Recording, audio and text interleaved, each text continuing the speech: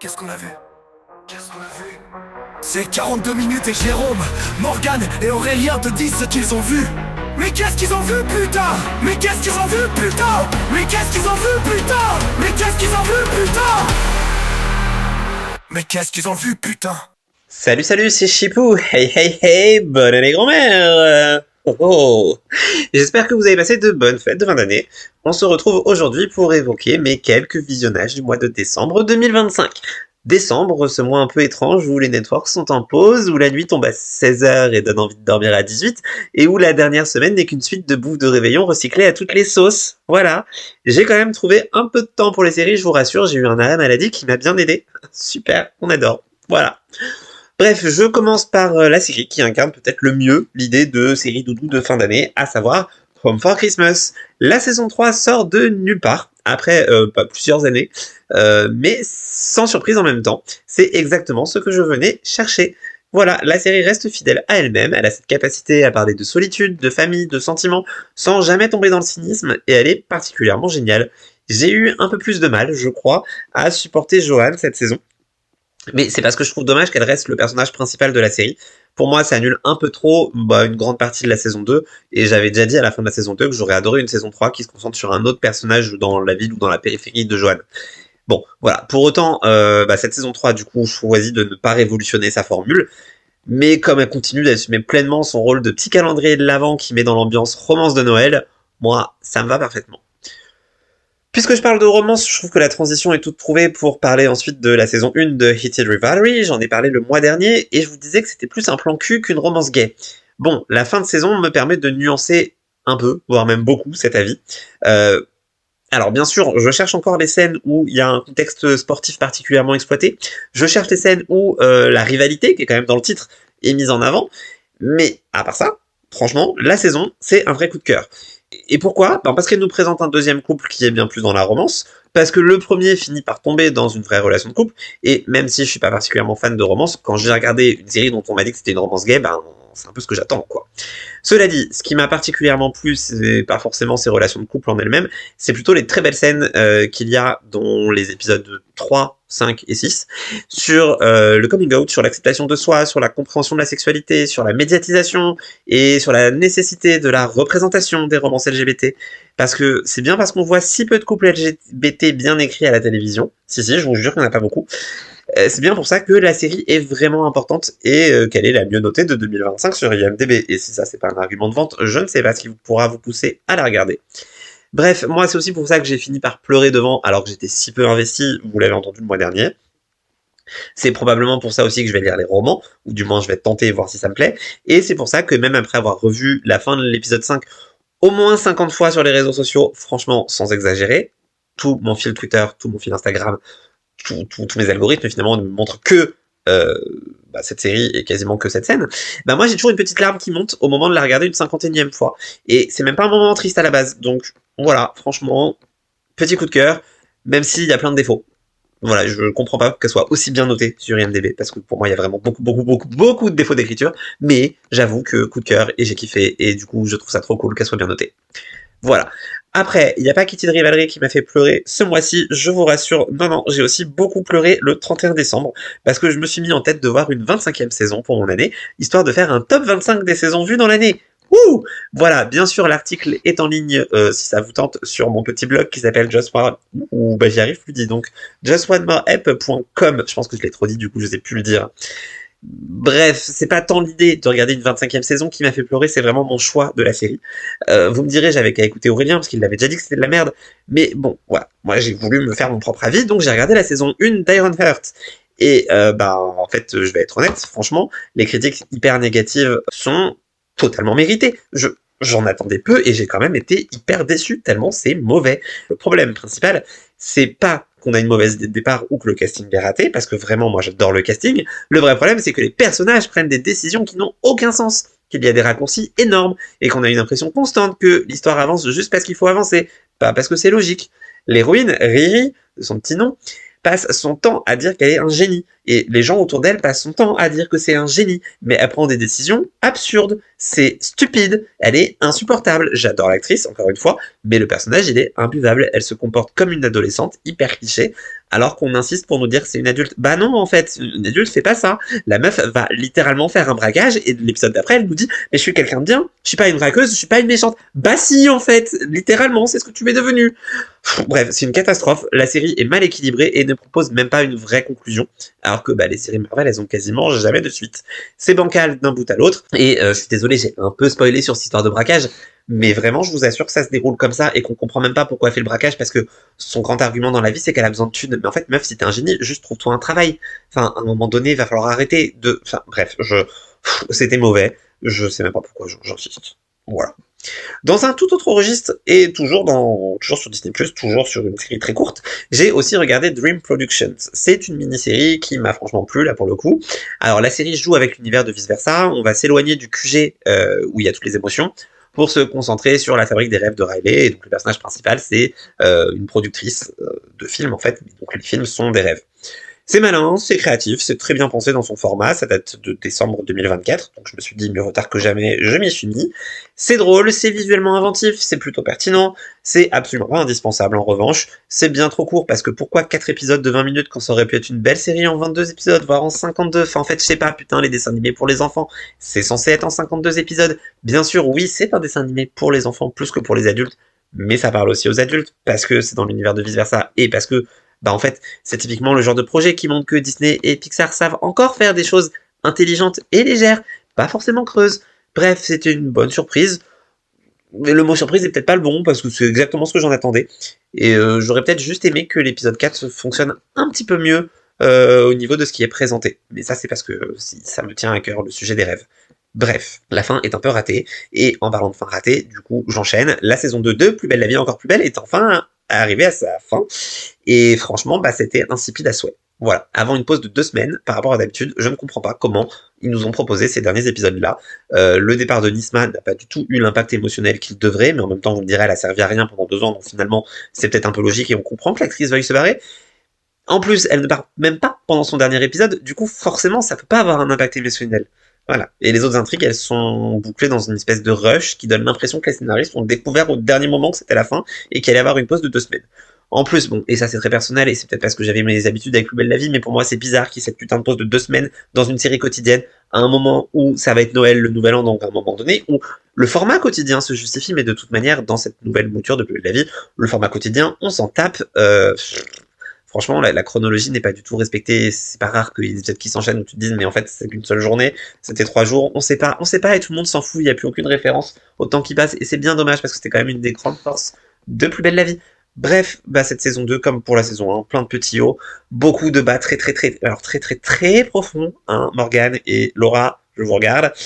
Enfin bon, ça se regarde quand même tout seul, donc je vais continuer, je suppose, parce que c'est bien pratique quand je fais à manger d'avoir un fond sonore. Voilà. Et enfin, j'ai replongé dans Percy Jackson and the Olympians. Waouh, un accent. Waouh, on en redemande. Contrairement à la série, peut-être bien. Cette saison 2 ne prend toujours pas sur moi.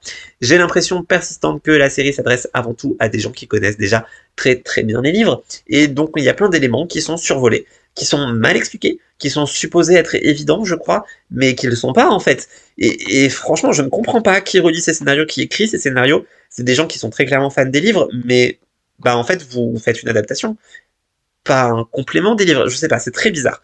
Bref, c'est le même avis que ce que j'avais en saison 1 finalement. Certes, la quête avance, l'univers s'étoffe un peu, donc il y a quelques moments d'aventure efficaces, il y a quelques moments où j'accroche un peu plus. Voilà, mais dans l'ensemble, heureusement que la saison s'appuie grandement sur l'Odyssée, parce que ça n'arrive pas à m'embarquer. Il y a vraiment trop de moments où je me dis, mais je ne comprends pas comment on en arrive là. Comment les personnages passent de tel endroit à tel endroit. Juste expliquez-nous, en fait, parce que c'est pas... Enfin, non, le personnage n'a rien à faire à cet endroit-là, alors qu'on l'a quitté dans l'épisode d'avant à un tout autre endroit. C'est vraiment des trucs où je me dis, mais... Et voilà, bref, c'est leur manière de raconter des histoires en 2026, je ne sais pas, ils font des saisons extrêmement courtes, et vraiment ça me donne l'impression que, là de mémoire il y aura 8 épisodes, et j'ai l'impression qu'il pourrait y en avoir 12 si on faisait juste 4 épisodes avec toutes les scènes qui nous manquent, vous voyez, genre je comprends pas, je vois pas le délire. Mais bon, C'est comme ça que se termine mon mois de décembre 2025 et qu'on commence mon mois de janvier. Je suis quand même satisfait d'avoir réussi à regarder tout ça. Ma vraie question maintenant que janvier est là et que mes séries à la semaine là vont revenir de pause, c'est est-ce que 2026 va enfin oser autre chose? Et j'ai bien l'impression que non, mais peut-être que le problème c'est que moi non plus, j'ose pas forcément sortir de mes séries habituelles. Voilà, puis en plus maintenant je me sens un peu con parce que qui dit janvier 2026 dit que j'ai désormais une saison de retard dans The Rookie, dans Allegiance, dans Wildcards, qui reviennent toute cette semaine en fait. Voilà, c'est super. Bref, bonne fin d'épisode tout de même, bon visionnage ce mois-ci, et je passe enfin la parole à Morgane. Et cette fois il s'agit de Morgane du podcast, pas Morgane le personnage de Plus belle la vie, parce que tout à l'heure quand j'ai dit Morgane et Laura, évidemment je parlais pas de Morgane. Hein, c'est logique? Non, c'est pas logique? Si, c'est logique. Je suis sûr que c'est logique et que vous aviez compris. Allez, les bisous. Et bonsoir les 42 minutes, oh c'est la bonne année bien sûr. On se retrouve pour que je vous dise qu'est-ce que j'ai vu en décembre. On va commencer tout de suite par 4 épisodes de Ghosts. Excellent double épisode de Noël. J'ai beaucoup aimé. Double épisode de Noël qui finit en épisode What If. Excellente idée. Avec en bonus en plus un petit cliff de mi-saison assez sympa. Même si bon, si c'est comme le cliff de fin de saison, je pense que ça va pas durer longtemps à la reprise. Mais en tout cas, c'était cool. J'ai beaucoup aimé ces épisodes. Ensuite, j'ai vu les 4 derniers épisodes de Welcome to Derry. Et alors là, j'ai plein de choses à vous dire. Déjà, l'épisode 7 m'a tendu de fou malade.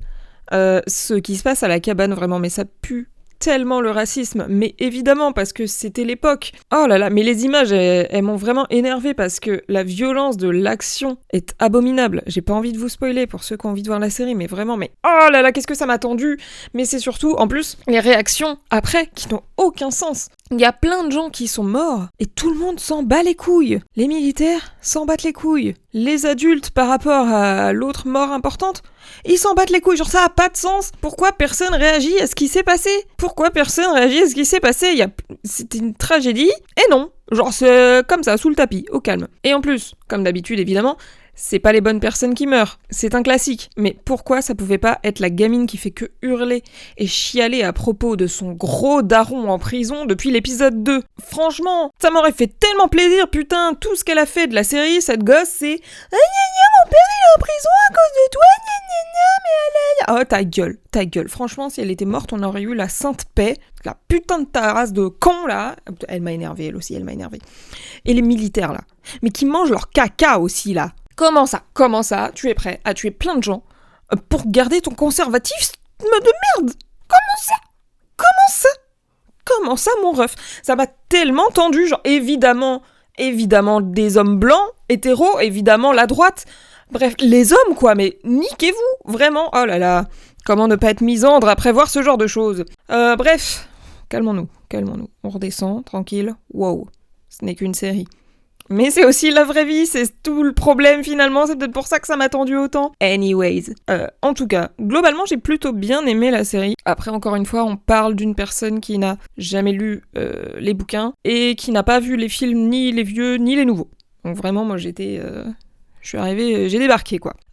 Du coup la série, même si elle a un peu trop de longueur, et un début un peu compliqué. L'histoire est quand même intéressante, je trouve que les enfants jouent bien. Le lore aussi autour de Pennywise, mêlé du coup au folklore natif américain, je trouve que c'est hyper bien travaillé. Voilà, j'ai adoré découvrir que c'est un alien depuis le début, putain. It was an alien all along. Du coup, je regarderai la saison 2 évidemment, qui apparemment prévoit de parler de la génération précédente, de ce que j'ai entendu.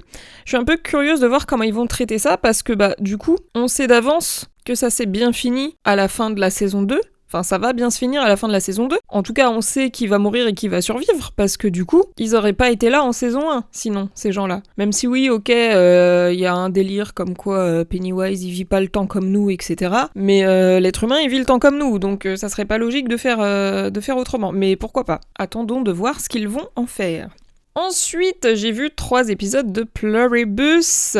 J'aurais adoré dire que j'ai fini la saison, mais j'arrive à trouver l'épisode 9 que en VF pour l'instant.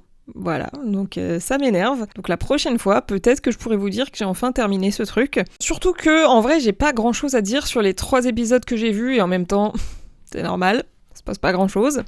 Les passages qui font avancer l'histoire doivent être à peu près 10% de chaque épisode, je pense. Le reste, c'est vraiment des jolis plans parfois, et puis du remplissage, quoi. Donc, je sais pas. Le seul truc à peu près intéressant que j'ai l'impression d'avoir vu, parce que je sais même pas si j'ai raison, c'est en fin d'épisode 8. Peut-être que Carol a une influence sur Zoshia, mais je suis même pas sûre. Donc j'attends de voir si j'ai pas imaginé un truc avant de me réjouir. Mais voilà quoi. Et du coup, en repensant à cette série, je me suis dit que, en vrai, l'opposition qu'on nous montre clairement entre le fait de rester soi-même, garder son identité et son individualité, ou céder à la tentation et à la facilité un peu de faire partie de la ruche, c'est vraiment juste la version 2025 du dilemme entre la pilule bleue et la pilule rouge de Matrix, concrètement. C'est la même chose. Et en y réfléchissant un peu trop, ça m'a aussi rappelé, malheureusement, le truc de merde à la fin de The 100, avec leur ascension de con pour devenir une boule lumineuse de merde, là. C'est la même chose, ou un arbre lumineux, je sais plus, peut-être les deux. Bref, c'est la même merde. Oh là là, ne soyons qu'un et soyons heureux tous ensemble. Pitié, nique-toi, vraiment. Bon, on a eu ce débat 1000 fois, donc voilà, je vais pas épiloguer. Mais bon... Vous savez ce que j'en pense. Si vous ne savez pas ce que j'en pense, écoutez notre spécial sur The 100. Bref, clairement, je vois pas comment on pourrait avoir plusieurs saisons de cette série sans évolution drastique de l'intrigue. Donc je sais pas si ça va donner un truc à la fin de l'épisode 9 ou pas. On se tient au courant, quoi.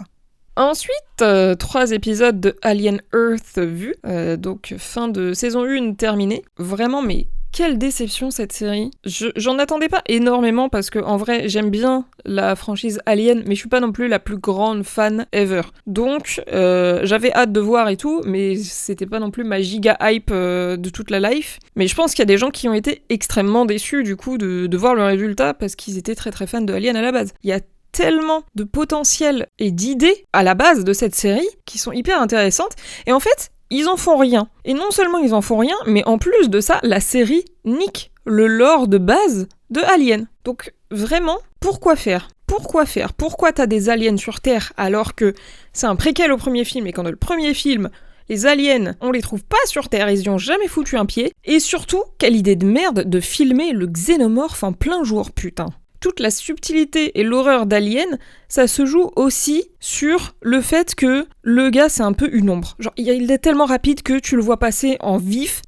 Enfin, bref, tu le vois jamais, pleine face, en plein jour. C'est une créature de l'ombre. Là, ça n'a aucun sens. Et je suis la première à dire que les effets faits en réel, c'est génial. C'est la meilleure chose à faire sur une production. Par pitié, faites des effets réels. Je suis vraiment la première à trouver ça mieux que les vieux FX faits sur des ordis, des fois mal faits, des fois très bien faits, hein, je dis pas le contraire, il y a des gens super qui font ça, mais des fois les FX sur les ordis, c'est dégueulasse. Donc faire un truc en réel, c'est la meilleure solution pour avoir un truc qui fasse vrai, quoi, littéralement. Mais par contre, faut vraiment soigner son truc un minimum, quoi. Là, on voit le costume du gars. C'est limite si je vois pas les pixels d'impression sur son truc près du corps, là. Qu'est-ce que c'était que ça ? Y a que la tête qui était bien faite. Non, franchement, c'est abusé. Alors que les scènes faites dans le vaisseau et tout, bon, sa façon de se déplacer, voilà. Mais au moins, il y avait une vibe. Mais là, à l'extérieur, le machin, genre, il est marron, on dirait qu'il a pris le soleil. Enfin, bref, je vais pas épiloguer là-dessus, mais c'était dégueulasse, voilà. Sinon, je n'en peux plus du personnage qui s'en sort toujours parce qu'il a le totem d'immunité du scénario au-dessus de la tête, alors qu'il fait n'importe quoi en permanence. Surtout qu'en plus, ce personnage est particulièrement con, particulièrement agaçant, particulièrement, j'aimerais bien qu'il décède. En fait, voilà. Aussi, les hybrides sont tous insupportables, grosso modo, à part Wendy. Parce que c'est le personnage principal, parce que c'est la mieux travaillée, je sais pas pourquoi. C'est la moins con du groupe, alors qu'ils ont tous globalement le même âge, à peu près. Et je sais que c'est des enfants à la base, hein, dans des corps d'adultes, mais franchement, ils me saoulent des fois, parce que ils font des trucs tellement débiles, surtout sur la fin, que même si tu te dis c'est des enfants, il y a forcément un moment où tu te dis non mais même un enfant de 10 ans serait pas assez bête pour faire ce genre de choses. Soyons réalistes 2 minutes. Non, juste non. Et d'ailleurs à ce sujet, du coup je suis un peu mitigée sur les acteurs qui jouent les hybrides parce que en fait ils jouent hyper bien des enfants de 5-6 ans. Mais le problème, c'est que du coup les gosses de base, ils ont pas 5-6 ans. Ils ont à peu près une dizaine d'années, je pense, grosso modo. Du coup, l'attitude, elle va pas du tout. Parce que l'autre, il te fait des mimiques et des manières de vraiment un tout petit enfant, alors que... non, à 10 ans, tu fais plus du... Ah, mais moi, en fait... Enfin, non. Donc ça n'allait pas. Ça n'allait pas, et c'est dommage, parce que s'ils avaient joué la bonne tranche d'âge, ça aurait pu être super. Bref... Tout ça pour dire que, au final, le meilleur épisode de la saison, c'était l'épisode 5, donc celui du flashback dans le vaisseau avant qu'il se crache, voilà.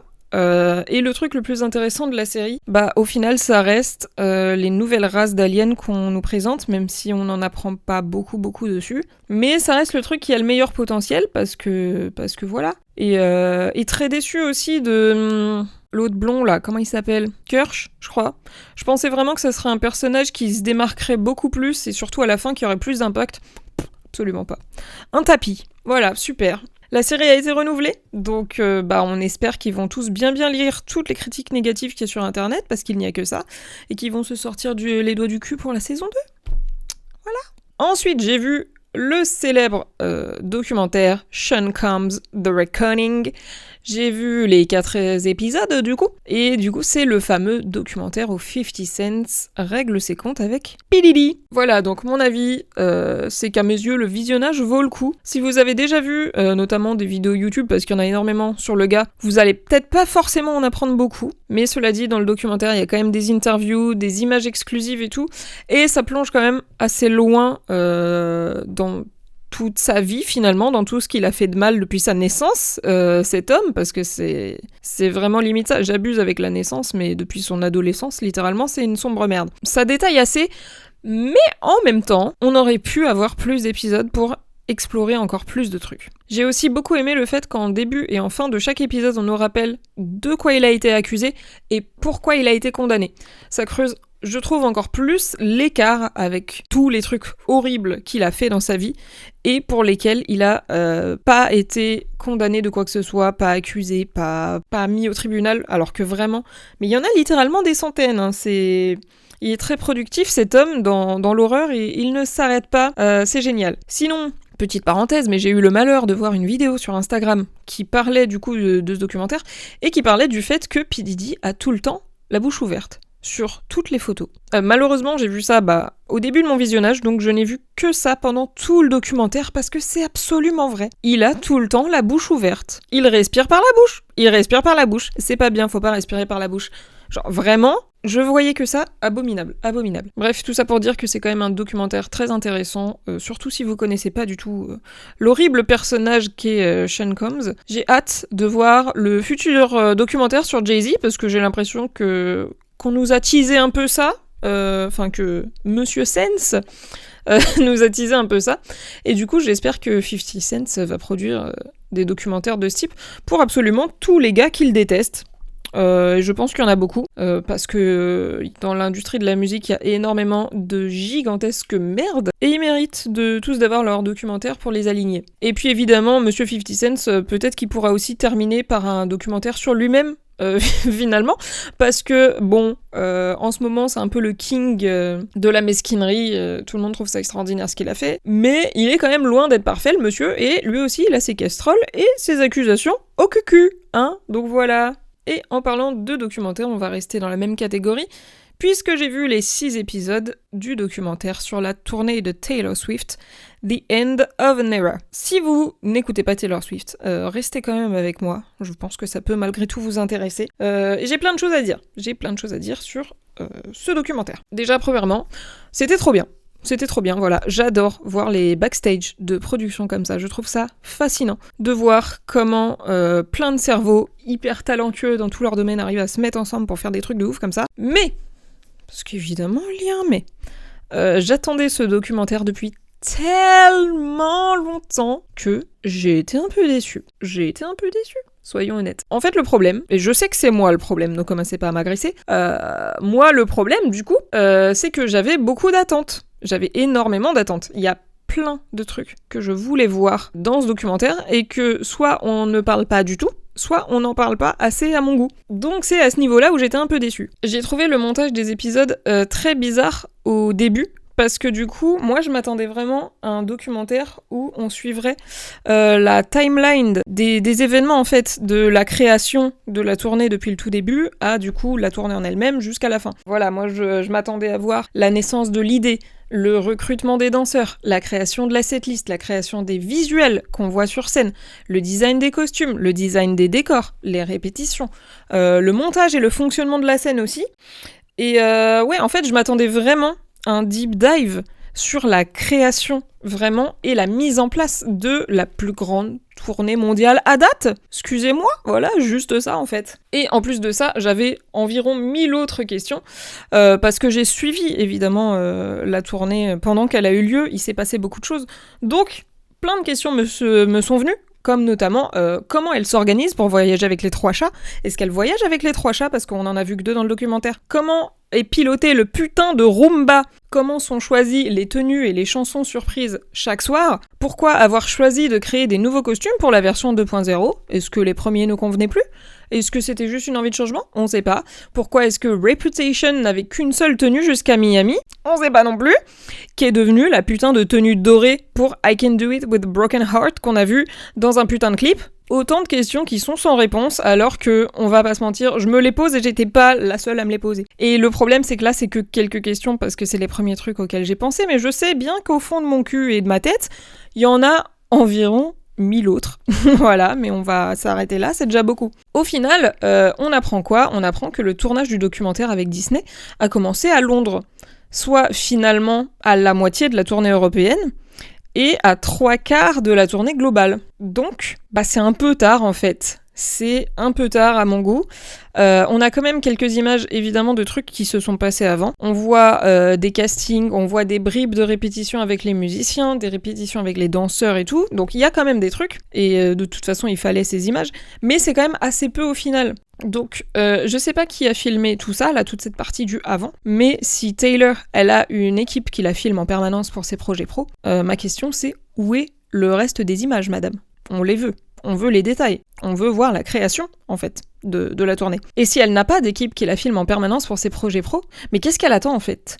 Parce que moi, si je suis Taylor Swift, peu importe ce que je fais dans le domaine du travail, j'aurai toujours un gars avec moi, avec une cam, parce que ça peut toujours terminer en projet, aussi. Bref, tout ça pour dire que au final, ce documentaire, c'est pas vraiment sur l'aspect logistique de cette tournée, même s'il y en a quand même un peu, évidemment, parce que pas le choix, mais c'est surtout en fait axé sur les humains qui sont derrière le show. On a du coup des portraits et des témoignages hyper touchants des artistes qui l'entourent. Donc on a ses danseurs, ses musiciens, ses choristes, des gens qui travaillent avec elle depuis très très longtemps. On voit leur parcours pour en arriver là, on voit des tranches de vie, c'est très éclectique. J'ai chialé plein de fois, clairement, parce que voilà, il y a des trucs très touchants, très émouvants, positifs, il y a des trucs très touchants, très émouvantes, négatives. Enfin bref, il se passe plein de choses, il y a plein d'histoires qui sont racontées, donc c'est hyper émotif. Malheureusement, tout le monde n'a pas été mis en valeur de manière équivalente, parce que il y avait tellement de monde sur cette tournée qu'il aurait fallu beaucoup plus d'épisodes en fait. Et on aurait pu le faire, hein. On n'hésite pas, bien sûr, on n'hésite pas, clin d'œil. Et puis évidemment, on en découvre encore plus sur l'artiste Taylor Swift. On voit vraiment son humanité et son aspect ultra humble. C'est une dinguerie à quel point cette meuf est humble, alors que c'est vraiment genre une fucking star. Bref, elle est très humble dans ses relations avec son équipe. On voit sa façon de les mettre en avant, de les laisser briller, je trouve ça incroyable. Il y a très peu de gens qui font ça. Quoi d'autre? On a évidemment l'horrible passage sur les attentats terroristes, du coup, qui ont accompagné cette tournée, parce que si vous n'avez pas l'info, il y en a un qui a été déjoué à Vienne, et du coup les concerts ont été annulés à cause de ça, parce que quelqu'un voulait faire exploser une bombe pendant le concert, quoi. Mais il y en a eu un autre, en Angleterre, je ne sais plus exactement la ville, pardonnez-moi pour ça. Mais du coup, des petites filles ont été tuées à coups de couteau par un grand malade qui a décidé de s'intercepter dans un cours de danse dédié à Taylor Swift. Voilà, et du coup, toute cette partie, évidemment, est absolument horrible. Et voilà, je ne sais pas quoi dire, mais c'était vraiment terrassant. Puis évidemment, on a sa réaction, puis on a le fait qu'elle parle de ça, ce qui s'est passé, de ce qu'elle a ressenti. Sa réaction aussi, quand elle a été voir les familles, du coup, des enfants qui ont été tués. Enfin, mon Dieu, horrible! Et en plus, l'audace, ils te mettent ça dans la gueule, épisode 1. Épisode 1! Mais dès le début, hein. Petite intro, oh regardez, The Eras Tour, la plus grande tournée mondiale de tous les temps, regardez-moi ce phénomène. Et au fait, il y a des gens qui sont morts. Génial, on n'a même pas le temps de respirer. Bref, très dur ce passage. Bref, vraiment, dans ce documentaire, on voit sa gentillesse, sa passion pour la musique, son professionnalisme. C'est vraiment une personne dingue en vrai, quand on s'y intéresse un peu. Et concrètement, à moins qu'elle fasse une grosse dinguerie dans sa vie, vous ne me ferez jamais détester Taylor Swift. C'est une des milliardaires les plus éthiques de la planète et les plus humaines. Voilà. Prends ça, Elon Musk. Bref, je vais m'arrêter là, parce que voilà, je pourrais en parler encore longtemps, mais la vérité, c'est que cette tournée, elle a été très longue et monumentale.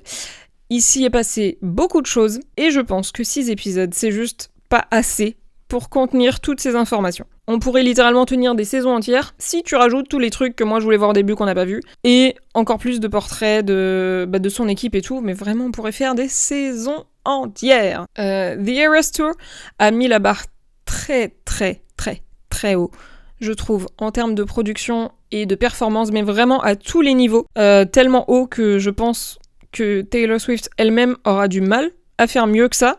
Ça va être très compliqué, je pense que tout le monde va être déçu de sa prochaine tournée. Et je pense sincèrement que même quelqu'un qui n'écoute pas Taylor Swift, à la base, passerait un excellent moment devant ce concert, tellement ce show est absolument incroyable. Donc voilà, regardez le film du concert, les films du concert, parce qu'il y en a 2, et regardez le documentaire, parce qu'il était quand même vachement bien.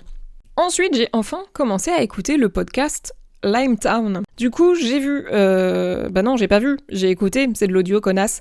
J'ai écouté les 6 épisodes de la saison 1 et les 2 premiers épisodes de la saison 2. Donc, souvenez-vous, il y a quelques années, une adaptation en série est sortie. Et d'ailleurs, elle est très bien. Enfin, j'en garde un super souvenir. J'avais beaucoup aimé regarder ça. Et du coup, je me suis toujours dit qu'à l'occasion, j'écouterais le podcast originel. Si jamais vous ne connaissez pas l'histoire, je vous fais un rapide résumé. Dans cette série, on suit les aventures de Lia Haddock, une journaliste qui fait un podcast pour parler de Limetown. Et du coup, c'est une petite ville dans laquelle 300 personnes ont disparu mystérieusement du jour au lendemain, 15 ans plus tôt. Et donc, elle essaye d'enquêter pour savoir ce qui s'est passé. Voilà le topo, du mystère, du suspense, on adore. Malheureusement pour vous, j'ai vu la série il y a beaucoup trop longtemps pour m'en rappeler parfaitement et pour vous dire si c'est une bonne adaptation du podcast ou pas. Donc je peux pas vous faire la comparaison entre les deux, sorry. Concernant le podcast, je le trouve hyper immersif, c'est très bien joué, c'est vraiment une production qualitative, donc on a vraiment déjà plusieurs acteurs évidemment, mais on a aussi une sonorité, une ambiance et tout qui est vraiment ouf et qui est hyper bien travaillée. En plus de ça, grâce à mon superbe cerveau qui ne se rappelle de rien, j'avais un peu oublié le secret de la ville et de qu'est-ce qu'ils faisaient à Limetown et de pourquoi les gens ont tous disparu. Donc j'ai vraiment eu l'expérience de la découverte et de l'approfondissement de l'enquête. Donc au final, c'était pas plus mal. Voilà, après du coup, j'ai pas fini le podcast. Je sais que beaucoup de gens ont été déçus par la saison 2. Moi, pour l'instant, j'aime bien, mais en même temps, j'ai écouté que 2 épisodes, donc je suis un peu encore au début. En tout cas, je recommande la saison 1, si vous voulez écouter. C'est dispo assez facilement et gratuitement. Mais c'est in English, donc attention. Et sinon, la série était très bien aussi. Et enfin, comme d'habitude, on va terminer avec Lost. J'ai vu 7 épisodes. Donc saison 6, épisode 7, dernier épisode vu. On n'a jamais été aussi proche de la fin. Mes petits commentaires sur ce que j'ai vu. Bah écoutez, terrible de nous avoir rendu Juliette en début de saison 6 pour au final la reprendre aussi vite. Ça, c'était vraiment pas cool. Sinon, je trouve que l'univers alternatif où l'avion ne s'est jamais crashé est absolument génial, mais je dois bien avouer que mon copain est complètement perdu avec tout ça. Alors, il arrive plus. Le combo flashback, flash forward et saut dans le temps, ça a été vraiment fatal pour lui. Je crois que jusqu'au flash forward, il tenait encore, mais les sauts dans le temps, ça l'a vraiment perdu. Donc là, la réalité alternative avec qu'est-ce qui se serait passé si l'avion s'était pas crashé sur l'île, je pense que c'est trop. Mais c'est dommage. C'est dommage parce que vraiment... Comme on le dit souvent dans ce podcast, cette série, elle a tout. Hein. Elle a vraiment, vraiment tout. Et comme je l'ai déjà dit plusieurs fois, j'ai hâte aussi qu'on termine pour me lancer dans la version ordre chronologique qui a été remontée par des fans et qui apparemment est incroyable. Voilà, c'est donc tout qu'est-ce que j'ai vu en ce mois de décembre. Sur ce, je vous laisse et je vous dis la bonne année encore une fois et la bise. À mon tour, j'avoue, j'ai pas regardé beaucoup de séries en décembre, je voulais surtout battre mon record de films vus sur une année, et j'ai réussi, 165, GG à moi. Allez, on commence. Animal Control saison 4, les ennemis jurés partagent les bureaux, et ça va forcément être une bonne saison. Shred joue le côté sentimental de la série, son histoire me fait un peu de la peine, il joue bien. Ranma 1/2 saison 2, j'ai adoré regarder les épisodes le dimanche en mangeant mon kebab. C'est très drôle, les combats sont rapides et clairs, les persos sont tous un peu teubés, et les designs restent fidèles à l'animé d'origine. Murder in a Small Town, saison 2. J'ai bien aimé regarder toutes les semaines comment draguer une Kristen Kirk, ça peut être utile. La relation des deux persos est exemplaire et réaliste, ça ne se balafre pas à tout va, et le cliff est cool.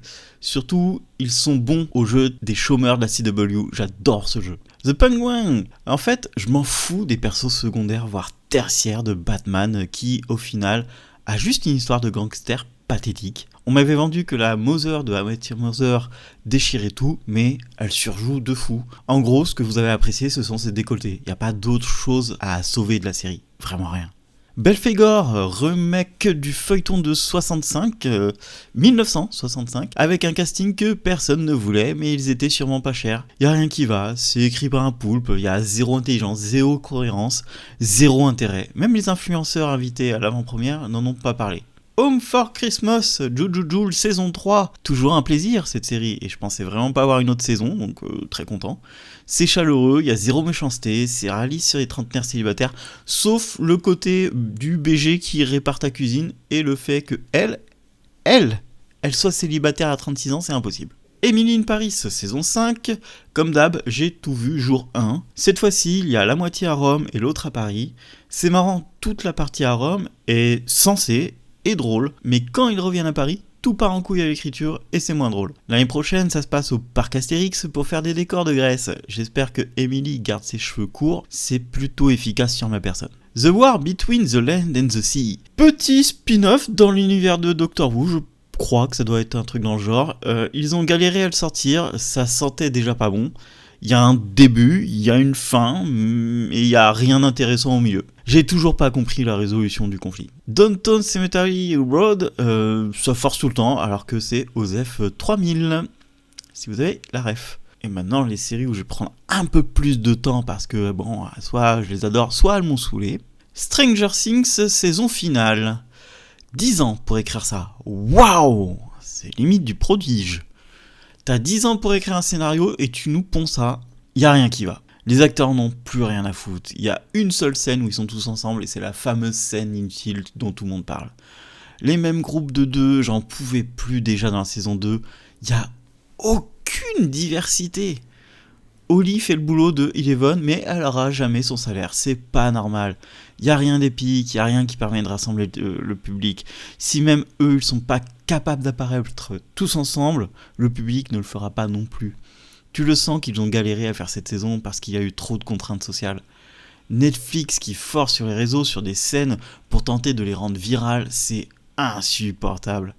Maintenant, ils vont tout miser sur One Piece et j'ai un peu peur car la première saison était chouette. Eat Dairy. Alors attention, je vais être vulgaire, mais là on m'a chié dans la bouche sans permission. C'était idiot, c'était gore pour rien. Il n'avait rien, plus rien de psychologique. Et quand on n'a pas de talent, on sort forcément cette origin story de merde. Comme ça, y a rien à expliquer. C'est fou. Les Indiens, ils ont quand même osé dire « On a fait le boulot, on revient dans 27 ans ». Non mec, 10% de la ville a crevé parce que justement, t'as rien fait, bouffon. Et j'entends déjà ceux qui vont me dire que là, le passage, la maison qui brûle, c'est horrible, le silence derrière et tout. Oui, c'est horrible. D'ailleurs, j'ai rarement vu des FX d'incendie aussi moches. Mais je vous dirais plutôt d'aller regarder de suite Lovecraft Country qui traite le sujet parfaitement. Et là, si vous voulez de l'horreur psychologique, il y en a énormément aussi. Bon, seul point positif de la série, c'est que certains gosses prennent cher et ça, on aime par ici. Miracle Worker, saison 4 et la dernière. C'est la série anthologique avec Steve Buscemi et Daniel Radcliffe et c'était génial. Incompréhensible que personne ne connaisse cette série tellement il y a d'idées et de rêves bien foutus. La saison, c'était un genre de Mad Max où une chef de gang et son copain taré, Daniel, deviennent des gens rangés dans la société. Toutes les rêves qu'ils pouvaient faire, ils les ont faites. C'est un épisode, un hommage. Ils sont tous drôles comme acteurs et l'écriture est excellente. Harry Potter, il est en roue libre sur cette série. Je veux le voir dans un film avec autant de liberté, ça va être un carton. Loup-garou saison 2, nouveau candidat, nouvelle dynamique. Et celle-là, je l'aime pas du tout. Il y a 3 joueurs avec des personnalités horribles, dont une vraie, entre guillemets, voyante, qui est la pire des personnes. Elle est nulle. Même les autres joueurs veulent la virer parce qu'elle leur fait du mal. Les autres mauvais se sont fait dégager, mais ils avaient un melon immense, donc c'est normal. Au niveau des autres joueurs, il y a Seb, le joueur d'e-sport qui joue très bien, et Corentin qui est expert rhétorique, il est imbattable. Ce sont mes poulains. C'est dommage que ce soit la narration de Mister V qui cache la qualité de la saison. C'est un des meilleurs humoristes en France. C'est trop drôle de l'écouter. Les sketchs de Fari et Pana sont cringe, pas drôles et gâchent encore plus l'ensemble. Au passage, Canal, si tu voulais que je te fasse de la bonne pub sur cette série, cette émission, fallait inviter les employés externes à leur conf, hein ? Shoresy saison 5, qui était mon cadeau de Noël. Nouvelle saison, nouvelles ambitions. Ici, c'est la création d'une Dream Team nord-américaine pour battre la Dream Team européenne. Mais cette saison est avant tout orientée sur comment créer une culture d'équipe. Le premier épisode, il va voir un des jeunes qu'il a entraîné qui a du mal à s'intégrer. On a un long échange en 3 parties sur comment faire des choses simples. Être utile, être décisif, être là pour les autres et savoir s'excuser sincèrement. Le deuxième épisode, c'est la rencontre avec l'idole de Shoresy, Wayne Gretzky, qu'ils ont eu en guest, c'est fou. Nous, l'équivalent, ce serait d'avoir Zinedine Zidane. Et pourquoi il faut apprécier les personnes qui nous entourent et les bonnes intentions, même minimes. Et là, le troisième épisode, c'est la mise en action de la culture d'équipe dans un bar à striptease avec bagarre générale pour les rapprocher, comme dans la première saison. Et comme d'hab, les images sont magnifiques, les discussions improbables et les montages de fin ou de bagarre, tout ça, c'est top 1 de tout ce qui existe. Les regards à la fin du troisième épisode, j'avais jamais vu ça comme idée nulle part. Bref, pour moi, Shoresy, c'est ce qui se fait de mieux depuis 3 ans. Letterkenny saison 1, ça y est, je l'ai commencé, c'est la série originale de Shoresy. Shoresy est un spin-off de Letterkenny. C'est une série de 12 saisons, de 6 épisodes de 20 minutes à chaque fois. On est au fin fond du Canada, dans une ville de redneck, et on suit Wayne et ses potes rien foutre de leur journée, et ils font des rencontres de gens, on va dire, des gens en particulier. En fait, la série prend un problème random, ou alors ils ont une idée complètement conne, comme un Facebook de paix, ou qui est le meilleur bagarreur de la ville, et ça va beaucoup trop loin pour ce que c'est, sans que ça devienne disproportionné, et c'est là où c'est intelligent. Il y a déjà beaucoup de running gags, comme Dan qui n'a pas le droit de faire de compliments à Cathy, ou la bande d'émo dégénérée, ou le pasteur extrêmement bizarre, qui est au passage le co-créateur de Letterkenny et le créateur de E.T. de Rivalry. Et je finis sur Pluribus saison 1. Pluribus, c'est la déception de l'année, et je dirais même plus, c'est l'arnaque de l'année, et trop de gens sont tombés dedans. Sorti en grande pompe parce que c'est le créateur de Breaking Bad et Better Call Saul, pour moi une personne bien surcotée. Petit résumé qui spoil le premier épisode, en gros, en une nuit, l'humanité s'est retrouvée atteinte d'un virus qui leur permet d'avoir une unique conscience. It's all connected. Il y a des pertes, ils ressemblent à des zombies, mais ils font en sorte de vivre en paix. 12 personnes dans le monde n'ont pas été affectées et on suit l'une d'entre elles, Carole. Personne la plus exécrable qui existe et qu'on nous fait croire qu'elle est attachante, mais c'est juste la pire des Karen. Pluribus commençait bien avec son premier épisode, mais dès la première minute du second épisode, on s'aperçoit direct qu'ils ne savent pas du tout où ils vont et quoi faire de la série. Et à partir de là, ça devient long et chiant, comme Tales from the Loop. Il n'y a rien qui se passera. En gros, si on demande à quelqu'un de nous spoiler Pluribus après le premier épisode, il saura pas quoi dire. Associé à ça, le créateur de la série a fait une déclaration après l'épisode 7, où c'est 1 heure de rien, et c'est pas une blague, le mec a quand même dit que la série était pour les gens intelligents et que si on ne l'aimait pas, c'est qu'on ne l'était pas. Du coup, comment ne pas détester encore plus la série ? Surtout que dans le 8, il raconte n'importe quoi. Il dit que c'est mieux de loger des personnes dans un immense stadium, car ça prend moins de ressources pour chauffer qu'une maison. Je vous laisse méditer sur ça. C'est mal écrit, quand les gens parlent, je vois des mots surlignés, tu sais que c'est un indice pour la suite, vu qu'ils le répètent 3 fois. On sait pas où ça va, même les autres protagonistes lui disent à Carole que ce qu'a fait, ça n'a aucun sens. Je pourrais en parler longtemps, mais au moins cette série me permettra de faire le tri dans mes amis. C'est tout pour moi, bonne année à tous et matez Shoresy.